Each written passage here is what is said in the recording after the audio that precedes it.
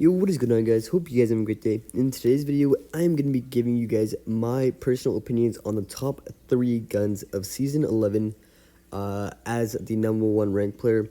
Now, I have been playing with these guns since last season and this season, and personally, many changes have been happening to some of the guns, and these are my opinions on which ranks as 1, 2, and 3. Anyways, guys, don't forget to leave a like, comment, and sub, and I hope to see you guys in the next one. Peace. Coming in at number 3, we have the QQ9.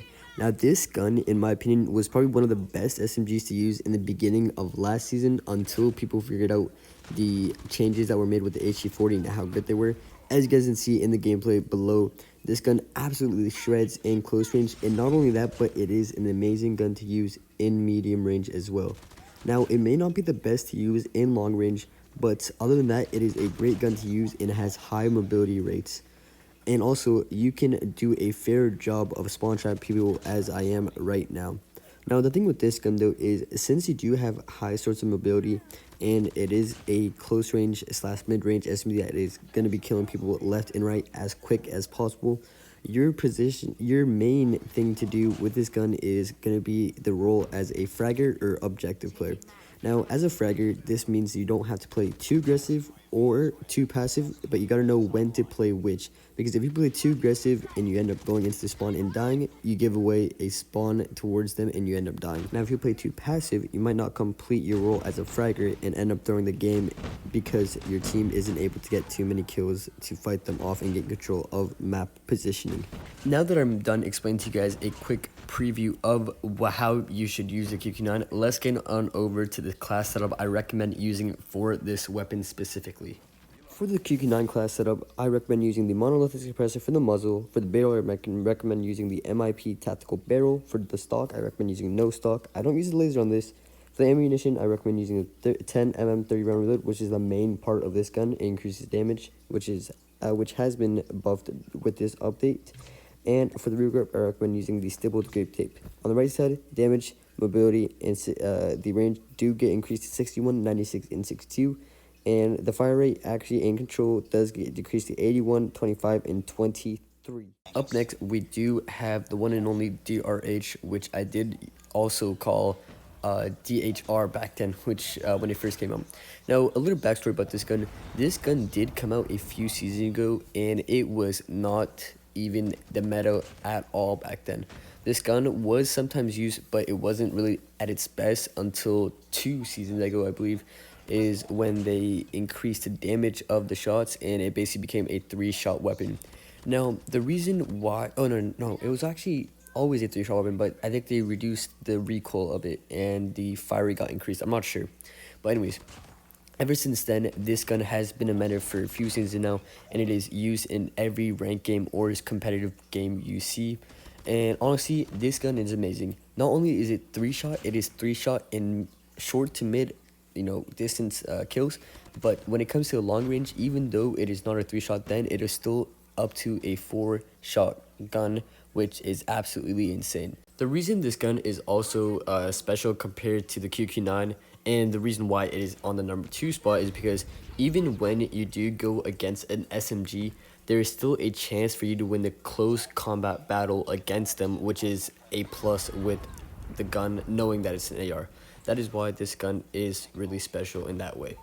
Also, another thing, this gun, like I said, could be used in all ranges, which makes it very versatile. The movement is also really good, and the ADS speed is, pretty good. So this is probably one of the guns you guys should use if you guys are trying to slay out or, play the more towards a passive way of a player instead of an aggressive one.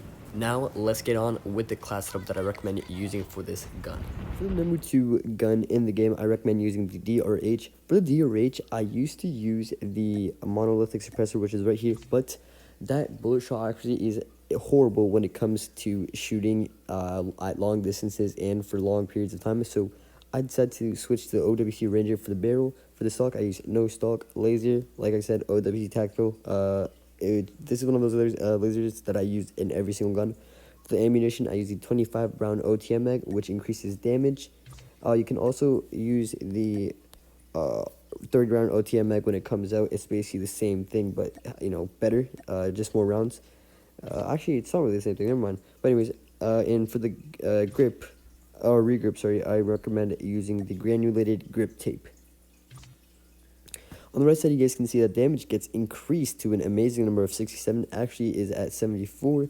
Range gets increased to 60. Fire rate is the same. Mobility gets increased to 66, and the control does get decreased to 46. And now the moment that you have all been waiting for, the #1 gun in the game as of Season 11, in my opinion, is known as the HG40. Now, this gun was pretty obvious for you guys, maybe if you guys have been, catching up with the scene and how long this gun has been dominating the scene. If you guys don't know, a little backstory with this gun was not even that great back then, if you think about it. Up until 2 seasons ago, I believe, when they made a bunch of changes to it. Not only did they increase the fire rate, I'm pretty sure it was, they increased the damage and the recoil was already good.